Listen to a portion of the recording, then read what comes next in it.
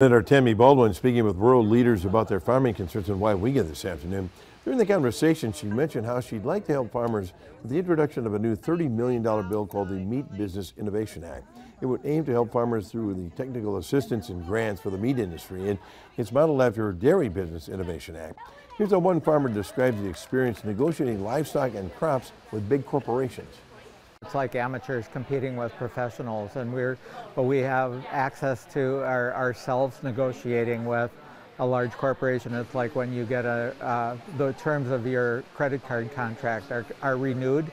If you don't like it, you say take it or leave it. That's the negotiations we're left with.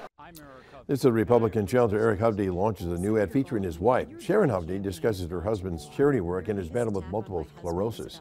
It's a response to Baldwin's ads that featured Hovde's comments that were critical of single mothers.